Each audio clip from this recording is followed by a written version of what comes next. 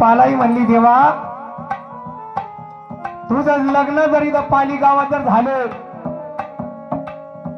तर आता माझी ती वयाने थकली, माझं तुझं लग्न जर जेजुरीला जर झालं तर माझं येणं होणार नाही, पाली गावात लग्न पण लागलं पाहिजे.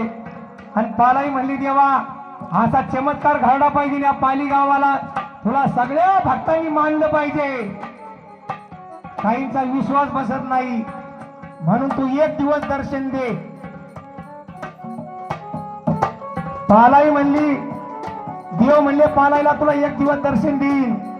पालाई म्हणजे गाई वळीत होती, गाई गुरवळायची, तिच्या गुरामध्ये काळी कपिला गाई होती. महाराज देवाने सांगितलं दिनमान उगन आणि गाई सुटून लांबवर अशी अंतरावर जाईल आणि गाई तिथं थांबन, तिथं तुला दर्शन देईन.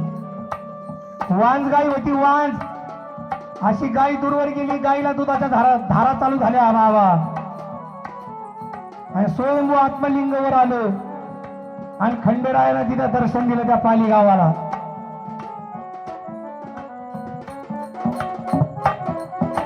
म्हणून त्या भक्ताला अनुभव आला, म्हणून देवाचं लग्न तिथं लागलं. मग देवानी लग्न लागल्याच्या नंतर काही दिवस गेले. महाराज माळसा म्हणती देवा आपल्याला इथं राहायचं नाही, पाली गाव सोडायचं, मग कुठे जायचं? आता दे बाप्पा घ्यायच्यात म्हणते.